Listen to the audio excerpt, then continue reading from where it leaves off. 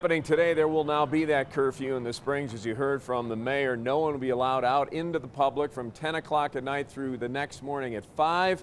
Andy Cohen begins our coverage tonight with a closer look at the change and the impact. Andy?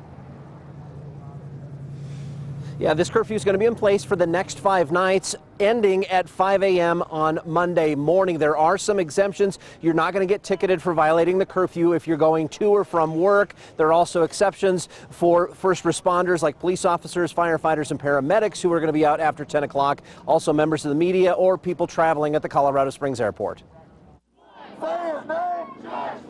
Demonstrations at Colorado Springs City Hall, part of a national effort to change American society. Systemic racism is a problem for everyone. We need to call it out, and we need to hold cops accountable for their behavior. And Mayor John Suthrs says these marches and rallies during the day have been very peaceful. I have been cooperative with the police trying to get them through intersections and things like that. But he said that all changes at night. Rocks, bricks, bottles, and firecrackers thrown at police officers, not only endangering them, but also members of the crowd. He said one officer was hit by a brick. The evening crowds also broke windows and spray-painted graffiti. So for the next 5 nights, a curfew is in place. We are not doing this to discourage protests or anything like that.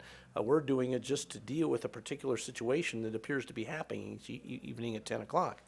No Trump! No KKK! No racist USA! Reaction to the news was mixed outside City Hall. We are grown adults. As long as we are out here being peaceful, there's no reason. The curfew really is a symptom. We have a curfew fine, but the issue is systemic racism to include here in Colorado Springs, and thus we need to address it. And Colorado Springs police officers will be enforcing the curfew. Violators will be ticketed, and if convicted, you could face a fine of up to $2,500, a jail sentence of up to 189 days, or some combination of the two. Always watching out for you. Andy Cohen, News 5.